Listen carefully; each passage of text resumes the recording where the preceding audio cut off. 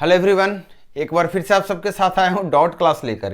ये dot class काफ़ी दिनों बाद आपके सामने आया है और इस डॉट क्लास में मैंने थोड़ा सा अलग तरीका दिया है। सवाल पहले से लिखे हुए हैं तो सवाल आप पढ़ सकते हैं।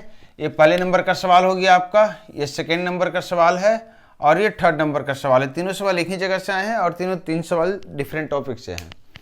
आपको देखिए इसका मैं थोड़ा सा कॉन्सेप्ट टाइम स्पीड डिस्टेंस जहाँ पे बताया था वहाँ पे टाइम स्पीड डिस्टेंस का जो सवाल है ट्रेन का एक्सीडेंट का, इस पर मैंने अलग से कॉन्सेप्ट दिया हूँ। ये सिंगल एक्सीडेंट का सवाल है, डबल एक्सीडेंट के सवालों के लिए भी कॉन्सेप्ट दिया हूँ। आप चाहे तो वहाँ से भी देख सकते हैं, इसका डिटेल कॉन्सेप्ट देखना है तो। यहाँ मैं बता रहा हूँ डायरेक्टली कि कॉन्सेप्ट क्या बेसिक है और क्या कॉन्सेप्ट हम लगाएंगे इस तरह के सवालों में, ताकि ये कम समय में सोल्व हो सके। सेकेंड सवाल जो आपके सामने है, ये आप देखिए क्वाड्रेटिक इक्वेशन का सवाल है, द्विघातीय समीकरण का सवाल है और इसमें हमारे सामने ऑप्शन भी थे। मैंने ऑप्शन यहाँ नहीं रखा है, ऑप्शन इनइक्वालिटी में है, मतलब यहाँ से यहाँ तक, यहाँ से यहाँ तक, इस तरीके के ऑप्शन है। तीसरा जो है ये टाइम एंड वर्क का सवाल है, इसको हम आखिरी में सोल्व करेंगे, ठीक है।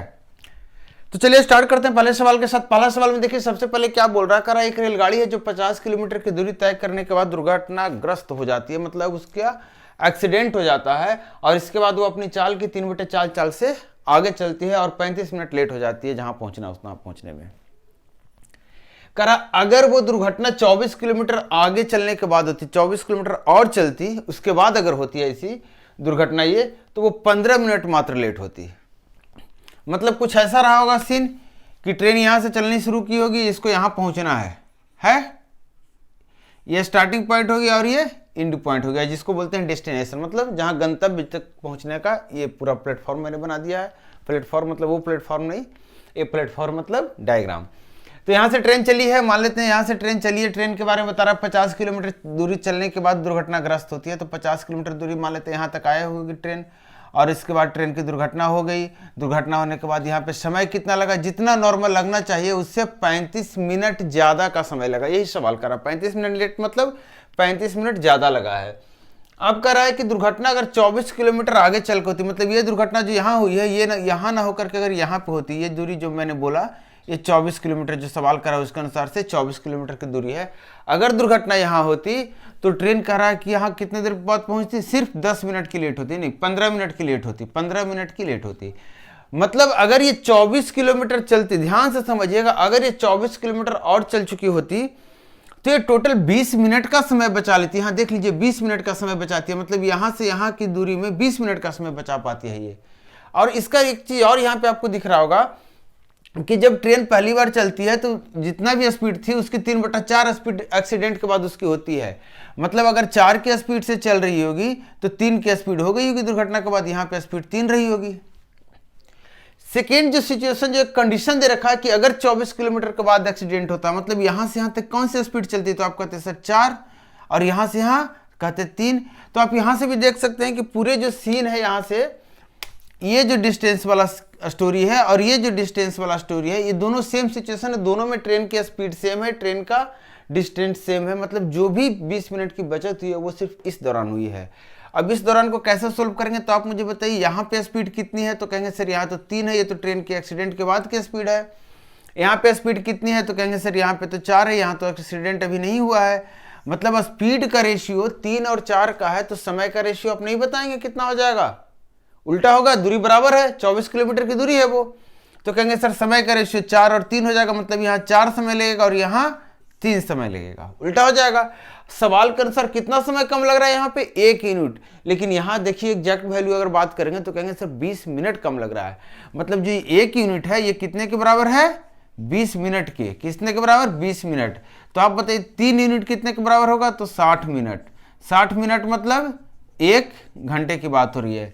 मतलब इस दूरी को चलने में इस स्पीड से कितना समय लगा है, 1 घंटा लगा है। 1 घंटा समय लगा 24 किलोमीटर को दूरी को चलने के लिए, तो स्पीड क्या रही होगी, तो कहेंगे 24 किलोमीटर 1 घंटे में चला, मतलब 24 किलोमीटर पर घंटे ही इसकी स्पीड है होगी। कितनी स्पीड हो गई, 24 किलोमीटर पर आवर। उम्मीद है आपको थोड़ा सा, मैं इसलिए ऐसा किया हूं ताकि आपको भी आगे जब सवाल आप बनाते हैं तो आपके पास भी एक हिम्मत होनी चाहिए कि आप थोड़े से स्पेस, जो स्पेस मिलता है उसी स्पेस में आप काम चला लें, अलग से रफ कॉपी रखने की ज़रूरत नहीं है। खासकर जो असाइनमेंट आपको मिलती है, हार्ड कॉपी मिलती है, आप वहीं पे उसी में एडजस्ट कीजिए अपने सॉल्यूशंस को। इससे क्या होगा, आपको आदत हो जाएगा कम में लिख कर काम चलाने की और दिमाग पे ज़्यादा रखने की। अब जैसे ये सवाल देखिए, सवाल कह रहा है कि सेकंड सवाल पे बात कर रहा हूं मैं, क्वाड्रेटिक इक्वेशन द्विघात समीकरण के बारे में बोल रहा है कि इसका कोई हल ही नहीं है। कोई भी द्विघात समीकरण का जब आप फॉर्मूला देखे होंगे, याद होगा फॉर्मूला, मैं ऊपर का हटा दे रहा हूं ताकि थोड़ा सा कॉन्सेप्ट आपको मैं दे सकूं यहाँ पे इससे रिलेटेड। आपको बोला, आपको याद होगा कि जब हम इस तरह की कोई भी equation ax square plus bx plus c को सोल्व करते हैं तो हमारा x की जो वैल्यू होती है minus b plus minus b square minus 4ac बटा 2a होती है। आपको याद होगा ये चीजें। अब इसमें क्या होता है कि सॉल्यूशन निकलने के लिए क्या चाहिए आपको, सॉल्यूशन की बात करते हैं, रियल की बात करते हैं। तो अगर ये चीजें नेगेटिव हो जाएगी तो स्क्वायर रूट आप निकालेंगे, तो कहेंगे सर स्क्वायर रूट तो निकालेंगे लेकिन वो इमेजिनरी कहलाएगा, रियल नहीं कहलाएगा। इसका मतलब अगर ये नेगेटिव हो जाता है, ये पार्ट नेगेटिव हो जाता है, ये अंदर का जो है स्क्वायर रूट का अंदर का पार्ट नेगेटिव हो जाता है, तब उस कंडीशन पे हम कहेंगे इसका कोई भी हल नहीं निकलेगा, क्योंकि यही एक जनरल फॉर्मूला है कि नहीं। तो आपको याद रखना होगा, इस चीज को डिस्क्रिमिनेंट भी बोलते हैं। मतलब यहाँ से बी स्क्वायर माइनस 4ac, अब इसको तुलना कीजिएगा तो ये हमारा a हो गया, ये हमारा b हो गया, ये हमारा c हो गया। x में क्वाड्रेटिक है, मतलब इस पूरे को a बोलेंगे, इस पूरे को b बोलेंगे और इस पूरे को c बोलेंगे, साइन के साथ लेंगे सब। तो आप मुझे बताइए कि यहाँ से कितना हो जाएगा हमारे सामने, b स्क्वायर कितना हो जाएगा 2k का होल स्क्वायर, 2k का होल स्क्वायर माइनस 4, a कितना हमारा 6 और c कितना है k। तो ये होना चाहिए 0 से छोटा, ये क्या होना चाहिए 0 से छोटा, मतलब नेगेटिव होना चाहिए। देखिए इसका स्क्वायर करेंगे तो 4k स्क्वायर आपके सामने आएगा, 4k स्क्वायर आएगा आपके सामने, 4k स्क्वायर में से 4 कॉमन लेंगे तो कितना बचेगा k स्क्वायर और माइनस 6k, और ये कितना हो जाएगा लेस देन 0। जो 4 आया है कॉमन उसको मैंने दोनों साइड 4 से डिवाइड कर दिया और इधर 0/4 0 रह गया और इधर 4/4 1 हो गया और एक को मैंने लिखा नहीं। अब यहां से कॉमन करेंगे तो k इंटू के माइनस 6 हो गया और ये लेस देन 0। कभी भी आपको इस तरह की चीजें मिले जब दो फैक्टर का गुणनफल नेगेटिव रिप्रेजेंट करे, मतलब लेस देन 0 हो, तो इन दोनों को अलग अलग k का वैल्यू निकालिए, दोनों को 0 करके। क्वाड्रेटिक जब पढ़ाऊंगा वहां पे डिटेल में बताऊंगा, यहाँ पे सिर्फ तरीका बता दे रहा हूँ आपको। जब भी इस तरह का सिचुएशन आपके सामने आए कि दो प्रोडक्ट का जो वैल्यू है वो नेगेटिव दिख रहा हो आपको, या नेगेटिव आपके सामने आए, मतलब इस तरीके से कि x माइनस a और x माइनस b अगर लेस देन 0 हो जाए तो इसको सोल्व कीजिए 0 बनाकर और x की वैल्यू आप कहेंगे a आएगा, इसको सोल्व कीजिए 0 करके और x की वैल्यू b आएगा। और यहाँ पे डायरेक्टली हम बोलेंगे a से लेकर b के बीच में होगा क्या x, जहां पे a हमारा छोटा है, अगर a छोटा है तो a इधर आएगा, अगर b छोटा रहता तो b यहाँ आता और ये आता, मतलब दोनों के बीच में आता वैल्यू। तो इसको 0 करेंगे तो क्या मिलेगा आपको 0, इसको 0 करेंगे तो क्या मिलेगा 6। तो हम कहेंगे जो k है वो 0 से लेकर 6 के बीच में होगा, 0 से लेकर 6 के बीच में होगा। अगर यहां ग्रेटर देन रहता तो हम बोलते 0 से छोटा होगा और 6 से बड़ा होगा। क्लियर? चलिए अब देखिए नेक्स्ट सवाल पे आ रहा हूं, थर्ड सवाल।